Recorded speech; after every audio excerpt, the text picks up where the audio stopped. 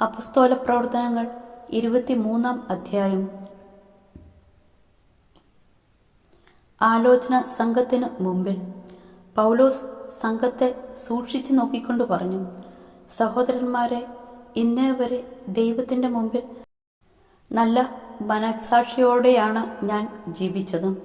പ്രധാന പുരോഹിതനായ അനനിയാസ് തന്റെ അടുത്ത് നിന്നവരോട് അവന്റെ മുഖത്ത് അടിക്കാൻ ആജ്ഞാപിച്ചു.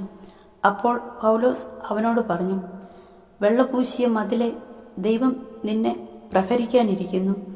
എന്നെ നിയമാനുസൃതം വിധിക്കുവാനാണ് നീ ഇവിടെ ഇരിക്കുന്നത്. എന്നിട്ട് നിയമവിരുദ്ധമായി പ്രഹരിക്കാൻ നീ കൽപ്പിക്കുന്നുവോ? അടുത്തു നിന്നവർ ചോദിച്ചു, ദൈവത്തിന്റെ പ്രധാന പുരോഹിതനെ നീ അധിക്ഷേപിക്കുകയാണോ? പൗലോസ് പറഞ്ഞു, സഹോദരന്മാരെ, അവൻ പ്രധാന പുരോഹിതനാണെന്ന് ഞാൻ അറിഞ്ഞില്ല. എന്തെന്നാൽ ഇങ്ങനെ എഴുതപ്പെട്ടിരിക്കുന്നു, നിന്റെ ജനത്തിന്റെ ഭരണകർത്താവിനെ നീ ദുഷിച്ച് സംസാരിക്കരുത്. സംഘത്തിൽ ഒരു വിഭാഗം സദുക്കായരും മറ്റുള്ളവർ ഫരിസേയരുമാണെന്ന് മനസ്സിലാക്കിയ പൗലോസ് ഇങ്ങനെ വിളിച്ചു പറഞ്ഞു, സഹോദരന്മാരെ, ഞാൻ ഒരു ഫരിസേയനും ഫരിസേയ പുത്രനുമാണ്. മരിച്ചവരുടെ പുനരുത്ഥാനത്തിലുള്ള പ്രത്യാശയെ സംബന്ധിച്ചാണ് ഞാൻ വിചാരണ ചെയ്യപ്പെടുന്നത്. അവൻ ഇത് പറഞ്ഞപ്പോൾ ഫരിസേയരും സദുക്കായരും തമ്മിൽ അഭിപ്രായ ഭിന്നതയുണ്ടാവുകയും അവിടെ കൂടിയിരുന്നവർ രണ്ടു പക്ഷമായി തിരിയുകയും ചെയ്തു. കാരണം പുനരുത്ഥാനമോ ദൈവദൂതനോ ആത്മാവോ ഇല്ല എന്നാണ് സദുക്കായർ പറയുന്നത്. ഫരിസേയരാകട്ടെ ഇവയെല്ലാം ഉണ്ടെന്നും പറയുന്നു. അവിടെ വലിയ ബഹളമുണ്ടായി. ഫരിസേയരിൽപ്പെട്ട ചില നിയമജ്ഞർ എഴുന്നേറ്റ് ഇങ്ങനെ വാദിച്ചു, ഈ മനുഷ്യനിൽ ഞങ്ങൾ ഒരു കുറ്റവും കാണുന്നില്ല. ഒരു ആത്മാവോ ദൂതനോ ഒരുപക്ഷെ ഇവനോട് സംസാരിച്ചിരിക്കാം. തർക്കം മൂർച്ഛിച്ചപ്പോൾ പൗലോസിനെ അവർ വലിച്ചു കീറുമോ എന്ന് തന്നെ സഹസ്രാധിപൻ ഭയപ്പെട്ടു. അതിനാൽ അവരുടെ മുമ്പിൽ നിന്ന് പൗലോസിനെ ബലമായി പിടിച്ച് പാളയത്തിലേക്ക് കൊണ്ടുപോകാൻ അവൻ ഭടന്മാരോട് കൽപ്പിച്ചു. അടുത്ത രാത്രി കർത്താവ് അവന് പ്രത്യക്ഷപ്പെട്ടു പറഞ്ഞു, ധൈര്യമായിരിക്കുക. ജെറുസലേമിൽ എന്നെക്കുറിച്ച് നീ സാക്ഷ്യം നൽകിയതുപോലെ തന്നെ റോമായിലും സാക്ഷ്യം നൽകേണ്ടിയിരിക്കുന്നു. യഹൂദരുടെ ഗൂഢാലോചന. പ്രഭാതമായപ്പോൾ യഹൂദർ ഗൂഢാലോചന നടത്തി. പൗലോസിനെ വധിക്കുന്നതുവരെ തങ്ങൾ ഒന്നും തിന്നുകയോ കുടിക്കുകയോ ചെയ്യുകയില്ലെന്ന് അവർ ശപഥം ചെയ്തു. 40-ലധികം പേർ ചേർന്നാണ് ഈ ഗൂഢാലോചന നടത്തിയത്.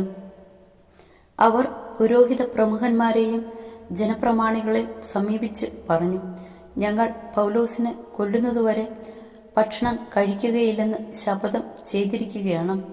അവനെ സംബന്ധിക്കുന്ന കാര്യങ്ങൾ കൂടുതൽ സൂക്ഷ്മമായി അന്വേഷിക്കുന്നതിനെന്ന ഭാവേന അവനെ നിങ്ങളുടെ അടുക്കൽ കൊണ്ടുവരാൻ നിങ്ങൾ സംഘം മുഴുവൻ ഒന്നിച്ച് സഹസ്രാധിപനോട് ആവശ്യപ്പെടുവിൻ. ഇവിടെ എത്തുന്നതിനു മുമ്പ് തന്നെ അവനെ കൊല്ലാൻ ഞങ്ങൾ ഒരുങ്ങിയിരിക്കുകയാണ്. പൗലോസിന്റെ സഹോദരി പുത്രൻ ഈ ചതിയെപ്പറ്റി കേട്ടു.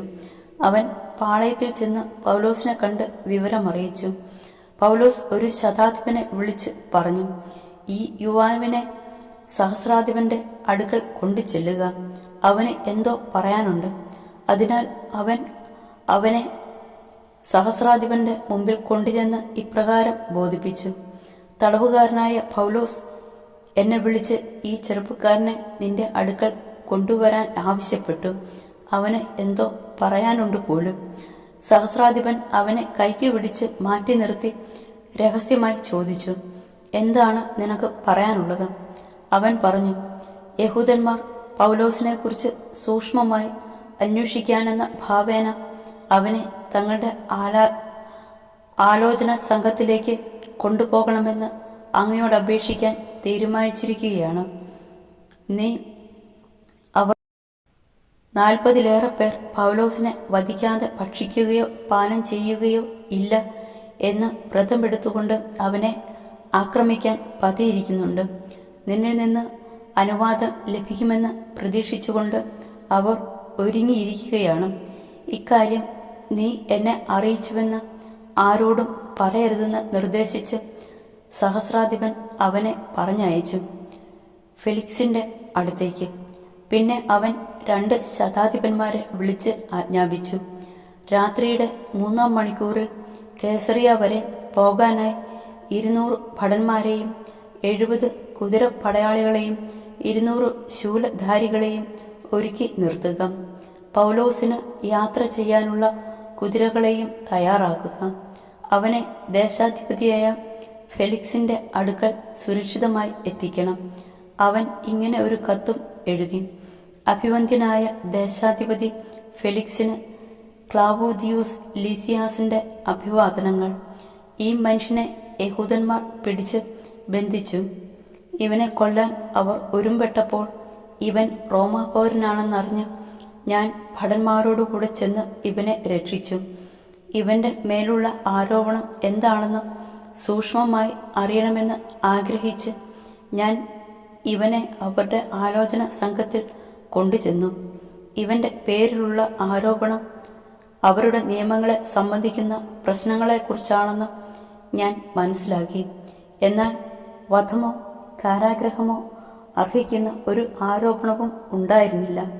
ഇവനെതിരെ ഗൂഢാലോചന ഉണ്ടെന്നറിഞ്ഞ് ഉടൻ തന്നെ ഞാൻ നിന്റെ അടുക്കിലേക്ക് ഇവനെ അയക്കുകയാണ്. ഇവനെതിരായുള്ള ആരോപണങ്ങൾ നിന്റെ മുമ്പിൽ സമർപ്പിക്കാൻ പരാതിക്കാരോട് ഞാൻ ആവശ്യപ്പെട്ടിട്ടുണ്ട്. അങ്ങനെ കൽപ്പനയനുസരിച്ച് ഭടന്മാർ പൗലോസിനെ അന്തിപ്പാത്രസിലേക്ക് കൊണ്ടുപോയി. പ്രഭാതമായപ്പോൾ അവനോടൊന്നിച്ച് പോകാൻ കുതിരപ്പടയാളികളെ നിയോഗിച്ചിട്ട് ഭടന്മാർ പാളയത്തിലേക്ക് മടങ്ങി. അവർ കേസറിയായിലെത്തി കത്ത് ദേശാധിപതിയെ ഏൽപ്പിക്കുകയും പൗലോസിനെ അവന്റെ മുമ്പിൽ കൊണ്ടുവരികയും ചെയ്തു. കത്ത് വായിച്ചതിന് ശേഷം അവൻ ഏത് പ്രവശയിൽപ്പെട്ടവനാണെന്ന് അവൻ ചോദിച്ചു. കിലിക്കിയക്കാരനാണെന്നറിഞ്ഞപ്പോൾ അവൻ പറഞ്ഞു, പരാതിക്കാർ വരുമ്പോൾ ഞാൻ നിന്നെ വിസ്തരിക്കാം. ഹെറോദസിന്റെ പ്രത്തോറിയത്തിൽ അവനെ സൂക്ഷിക്കാൻ അവൻ ആജ്ഞാപിച്ചു.